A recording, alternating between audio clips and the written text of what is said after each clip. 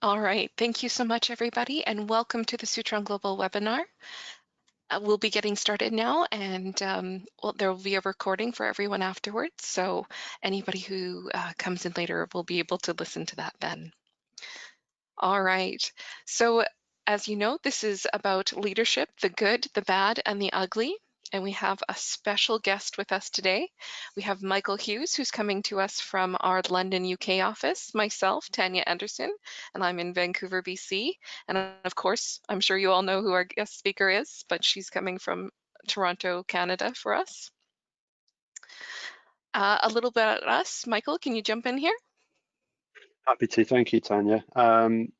Just very briefly, for those of you that don't know, Sutron Global is a cloud-based library knowledge and information management solution provider dedicated to managing library transformation. And if ever there were a time for transforming information provision, I think we're currently seeing a good example of that right now, where we're all kind of rising to meet new challenges and serving distributed workforces.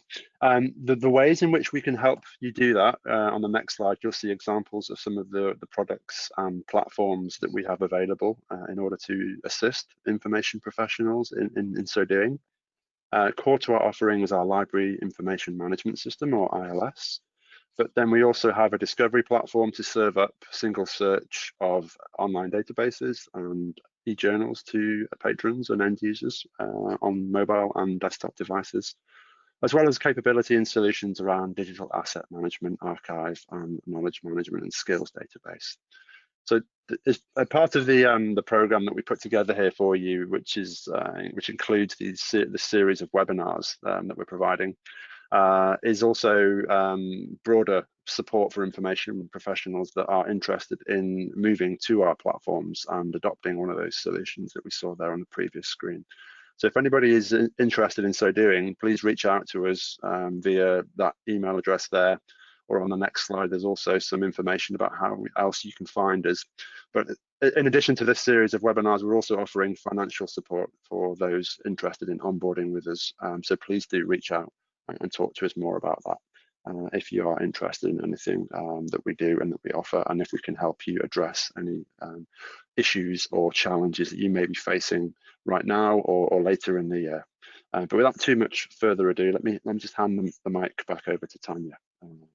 All yours, Tanya. Thank you. So, with my pleasure to introduce you to Joan Rataic-Lang and a little about her and her session. I'll let Joan jump in here. It's all yours. Thank you, Tanya.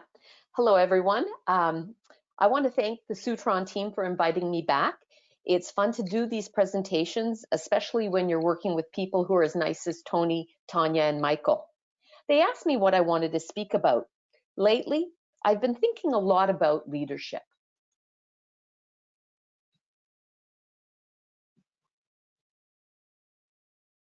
Tanya? Sorry about that. I think we may have clicked on the link. Go ahead. Okay, there we go. There we go. I was just having to get control of the presentation. But first, lest anyone think I'm a creative genius, I wanted to let you know that the template for this slideshow comes from slidescarnival.com. Their address is on the slide. They have some fun templates. Take a look. And now I fulfilled my legal responsibility by giving credit to them for the slide template. Has anyone noticed how many articles there are these days about how to be a leader in the time of COVID? It makes me sad. Do we need a pandemic to remind us that we need to be kind, show interest in people, and be concerned for their mental health? Yes, now especially we have to be aware. But why is everyone behaving like it's some sort of new idea to be empathetic, compassionate, and caring? Unfortunately, I think this points to the fact that there are some bad and ugly leaders out there, but there are some good ones too. Now, we don't have a lot of time, so quickly what we'll be covering today is we'll be looking at some definitions to see what leadership means. I'll be telling you about some interesting research that I learned about many years ago, and then talk about real-life leadership examples. I haven't found any definitive articles, but it feels to me like the terminology around who is in charge has changed in my working lifetime. Now, I started working in high school in the 1970s, and back then we used to call people bosses. And then over time, it somehow evolved to supervisors or managers. And now we talk about leaders. Now,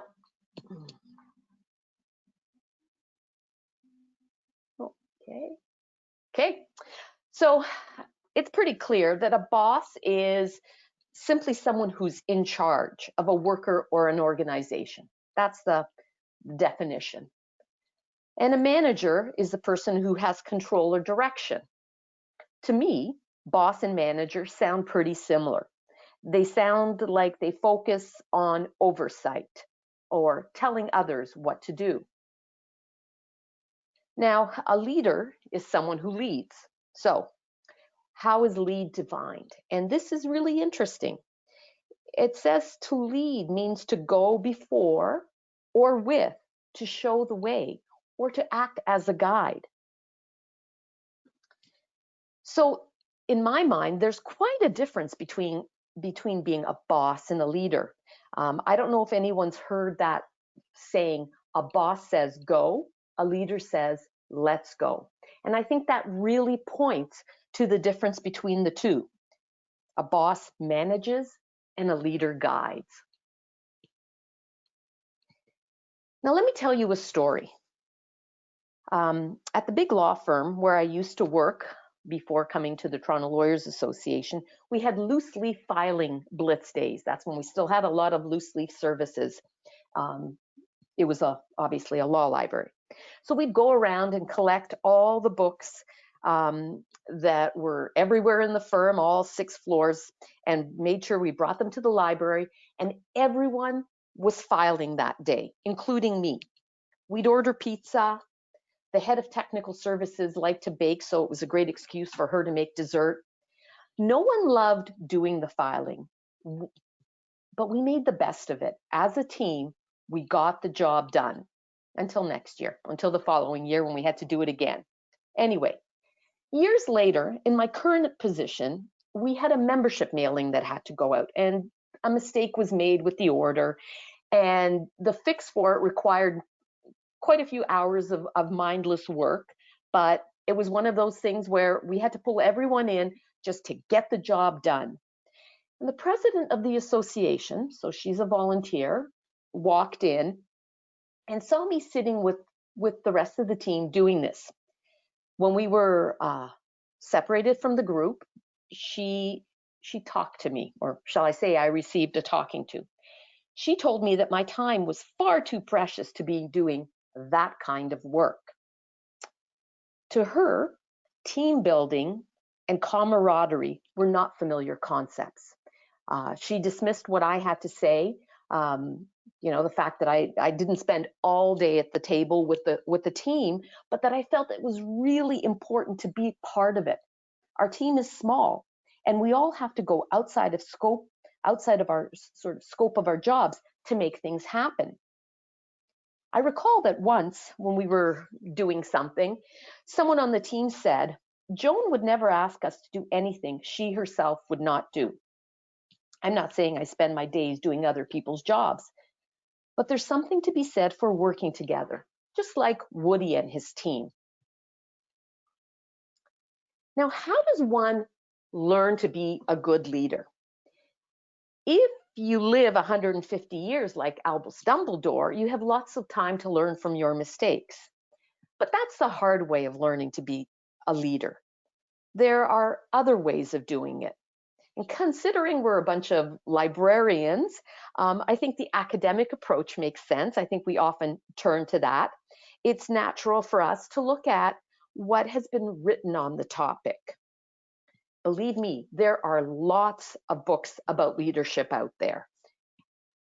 Now, the one that I've discovered is called The Leadership Challenge by Cousys and Partner and Posner. And their book was first published in 1987.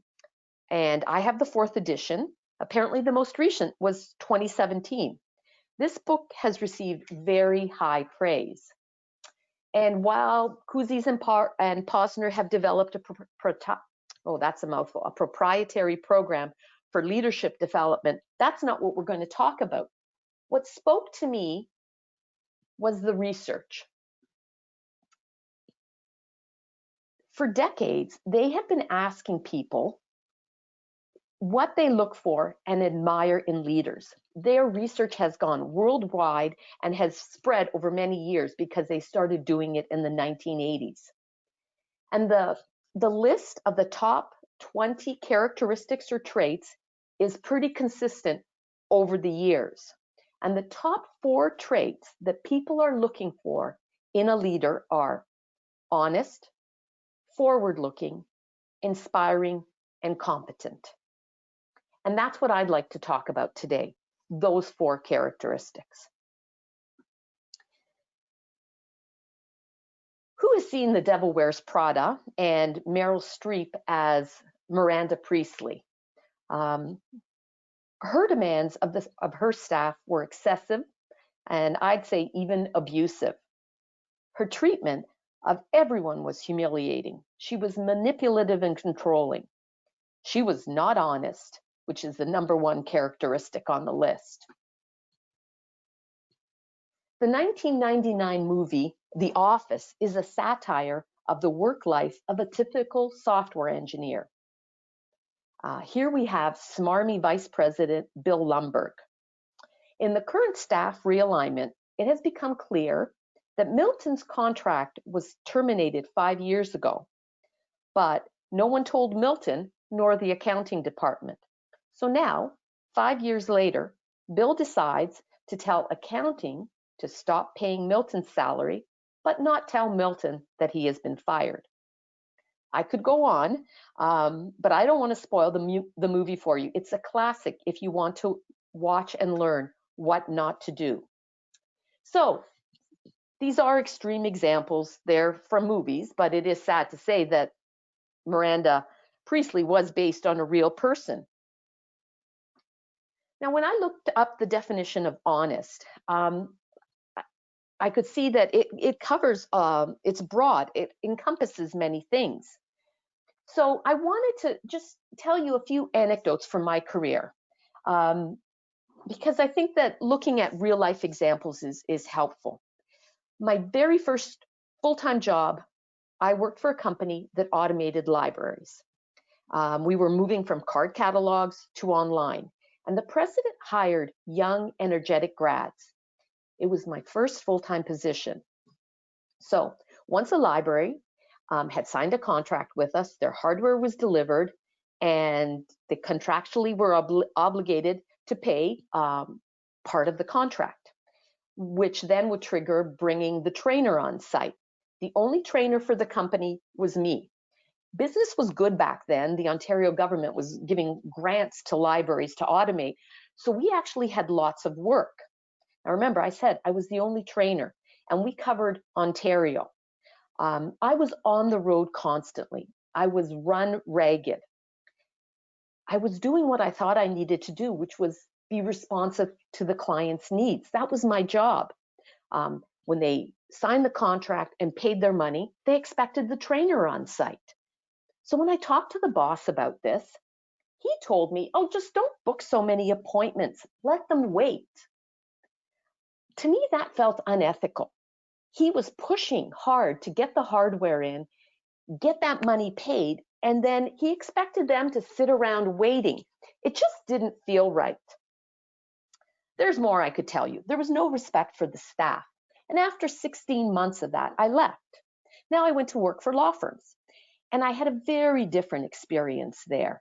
There were typical things that happened, going to lunch on my first day with my boss, but there were other things that I still remember many years later.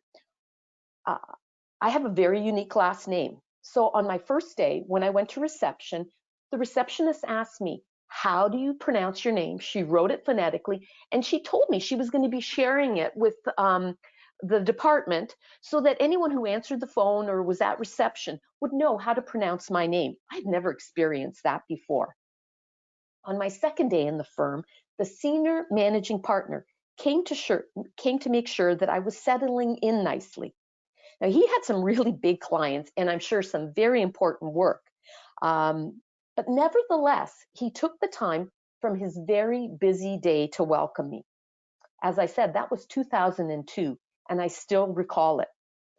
Now, remember the president who told me I had better things to do than help my team get through a really ugly project? She probably would have told him he was wasting his time. But I beg to differ.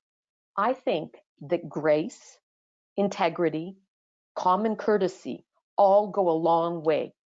They're small examples, and they probably could be added to this list of definitions for what honest is. Now, I hope that you too have examples in either your work life or home life of honesty that are uplifting and encouraging. Things that either you have done or interactions that you have had with others that are positive. And if you have stories like my first job, which I could talk about for a long time, you've sat down and thought about them and what can you learn from those bad experiences? I think that everyone is a leader, and it's important to keep that in mind. Now, is there any leader more forward-looking than Captain James T. Kirk? He and his crew were on a 5-year mission to boldly go where no man has gone before. Thank goodness I don't have that much to worry about at my job. I'm just concerned about the future of my not-for-profit organization. And you probably are concerned about your library or your department and where it's going. You may even be thinking about just how your job is evolving and how you will move forward. All of these are being forward-looking, which is the second characteristic on the list. In 2010, I arrived at an association that had lots of potential. We quickly went about using technology to its fullest. We went from a static web page and a Microsoft Access database to a fully operational management system. Our website was functional. Members could renew online, could register for programs, update their contact information. In the back end, we had reports and stats, and most importantly, staff time was saved. They weren't doing the menial work. They could spend their time on more productive and interesting work.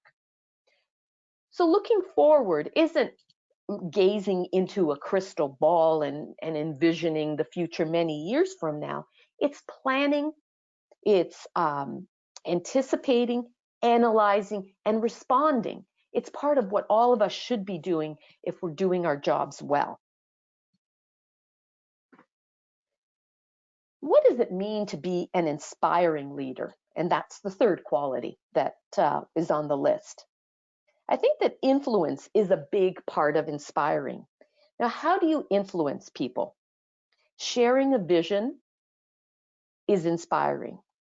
Believing in that vision and empowering the people you work with to own that vision makes it a reality. Leslie Knope of Parks and Rec was motivating. She was cheerful, optimistic, creative. She inspired her team. Daenerys Targaryen of Game of Thrones had one goal. She wanted to sit on the Iron Throne so that there would be no more slaves in the world. She was able to inspire pretty much everyone to be better versions of themselves. So Kouzes and Posner say in their book that people expect their leaders to be enthusiastic, energetic, and positive about the future. That's what makes them inspiring. Now, for those of you who are working in 2008, you probably remember the recession. It was a memorable time. I had to cut the library budget back then. How was I going to do it? At our firm, they let lots of administrative assistants and non-legal staff go. They did it over a 2-week period and said, that's it. We're not letting anyone else go. Nonetheless, people were fearful. Now, fortunately, we were allowed a different approach in the library. We were not going to eliminate staff. We were going to cut subscriptions. Remember, it was a time when we had loose leaf, we had online, law reports were still being published. And since subscriptions need to run their term, usually a year, I had time. In a staff meeting, I explained what we were going to do. At first, there was a lot of resistance, but my message was clear and firm. I said, no staff was going to be cut, only resources, and I need your help. The team got on board, and we were able to meet our targets.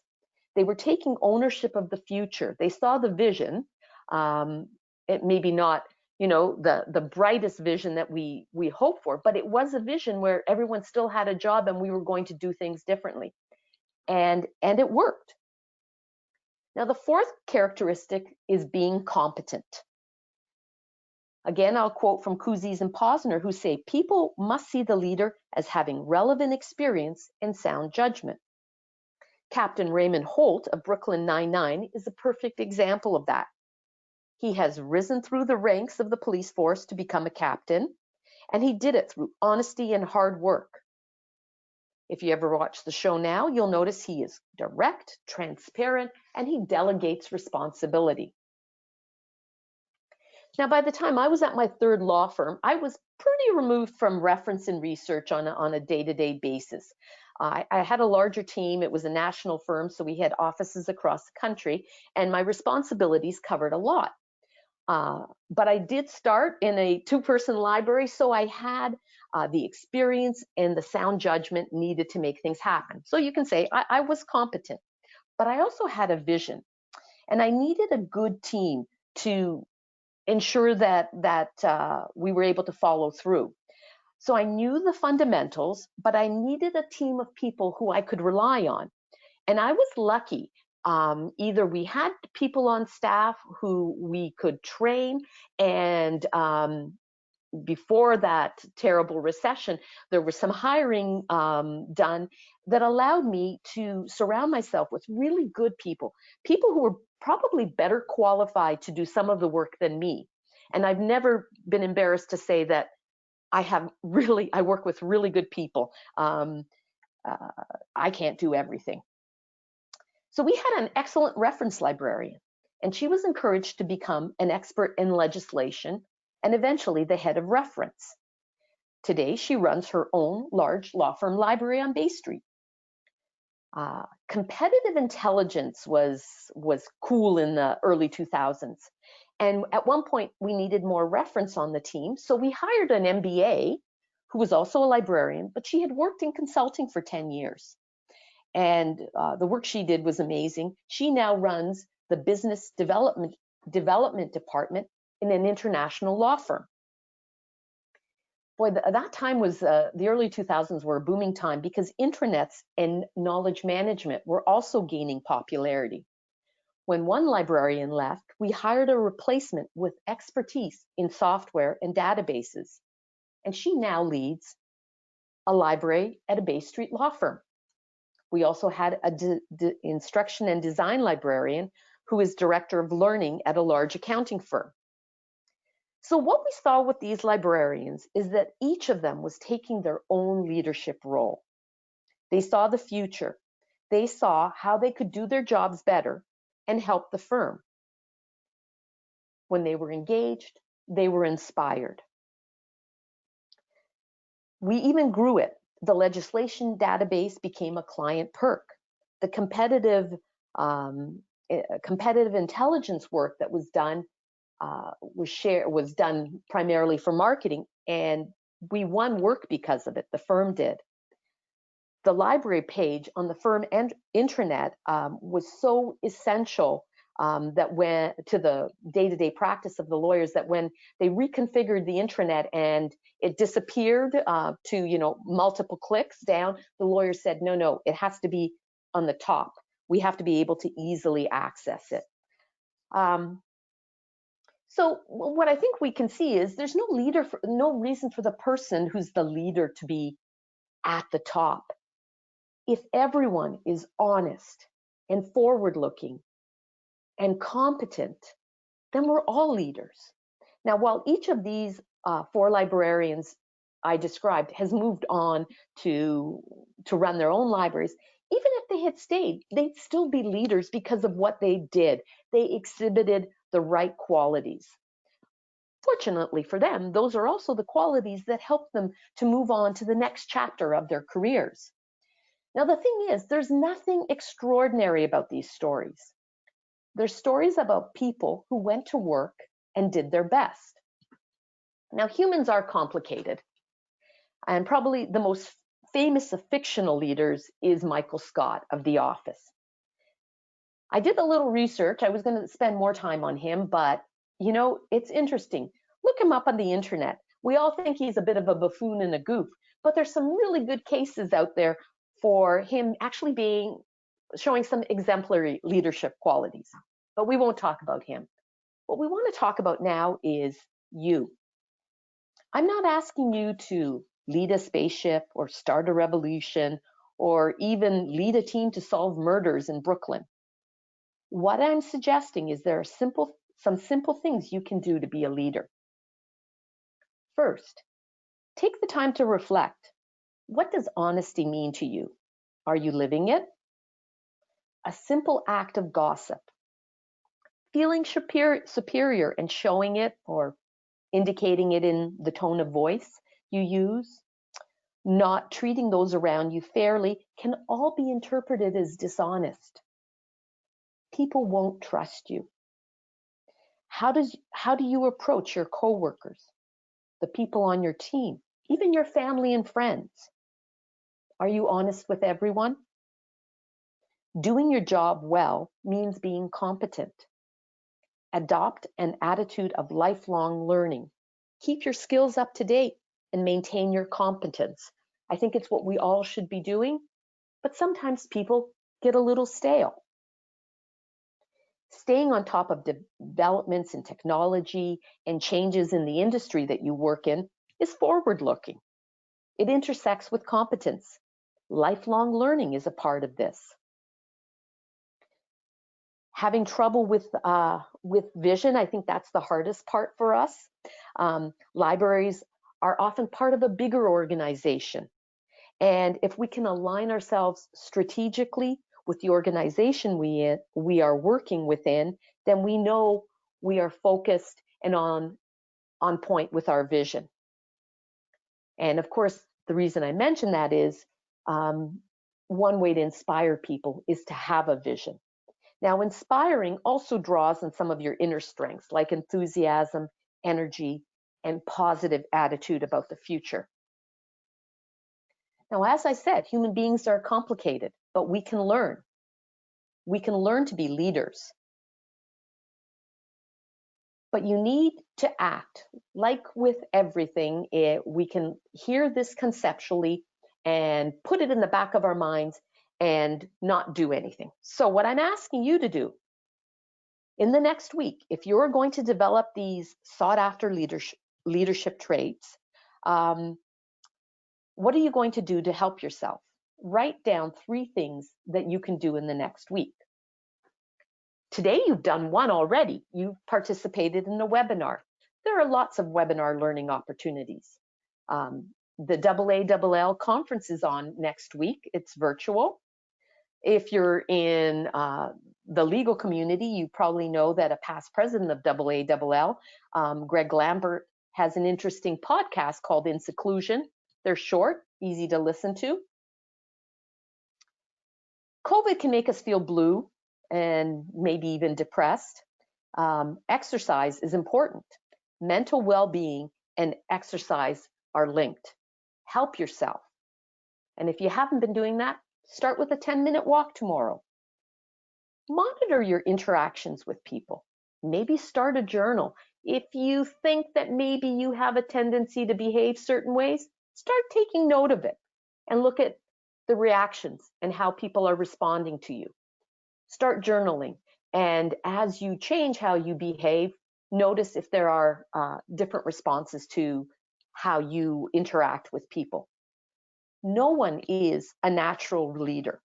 You know, sometimes you hear that, but it's not true. It requires effort, but it is attainable. And I wish all of you the best of luck in developing your leadership skills. Thank you. Thank you, Joan. All right, are there any questions for anyone?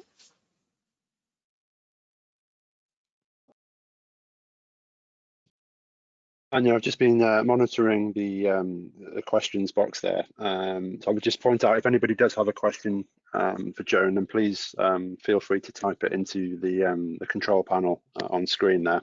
If you don't want to talk live, we'll very happily read those out for you, and that's what one person has already done. So Joan, if I may pose this one to you. As an introvert, I feel that leadership may be more difficult. I beg your pardon. As an introvert, I feel that leadership is more difficult for such people than it might be for extroverted people. Is there any advice or anything that you might just say in response to that to help that particular person that's come through with that question, Joan? That's a really good question, and I have to say that I suspect it is more challenging for introverts. Personally, I'm an extrovert, and I know that society listens to those of us who jump up and down and who are the loudest. But when you think about the characteristics or traits that we're looking for, honesty, it doesn't matter who you are by nature. Being competent, you can naturally be shyer or whatever.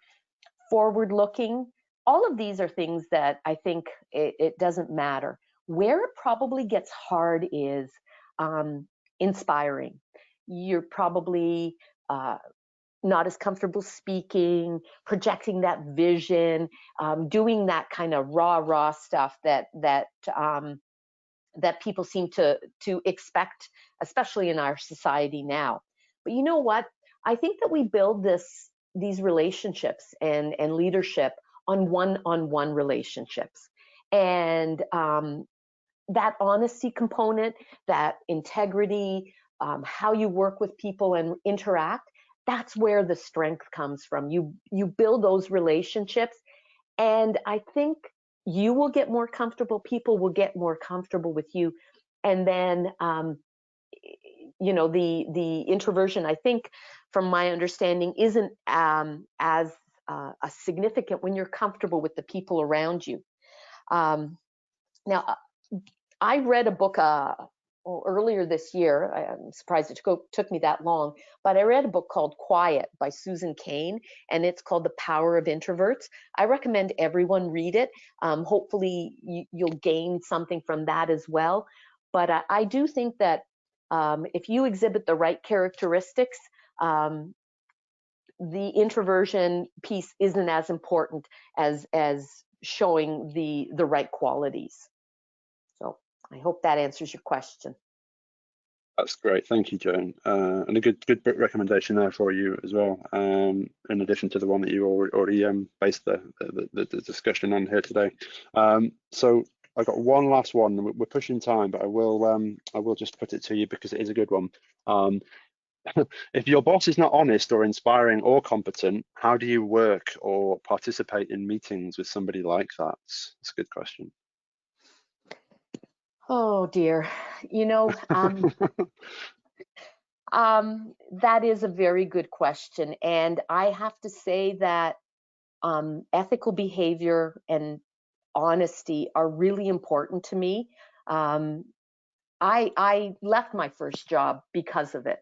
I couldn't work with someone who I know was lying to me, and who didn't respect the people around him and respect his clients. That just wasn't the right work environment for me. So I know it's difficult to change jobs, and especially in this day and age. I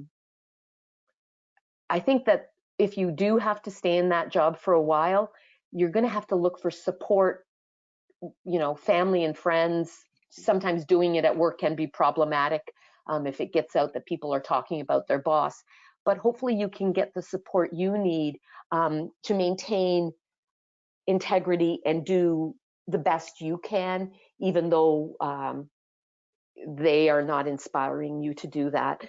But I don't know. For me, I would change jobs. I wouldn't be able to work in that sort of environment. I'm sorry. I wonder if anyone else has any thoughts on that. because that's a difficult one. It is. It is. We got radio silence on that right now because Yeah. it's a bit more than people can bite off, I suppose, in this short session. But that's good advice though, for sure. Yeah, definitely one for the individual, I guess, as to how they kind of take that forward. But I hope that advice has helped a little bit. Thank you for that, Joan.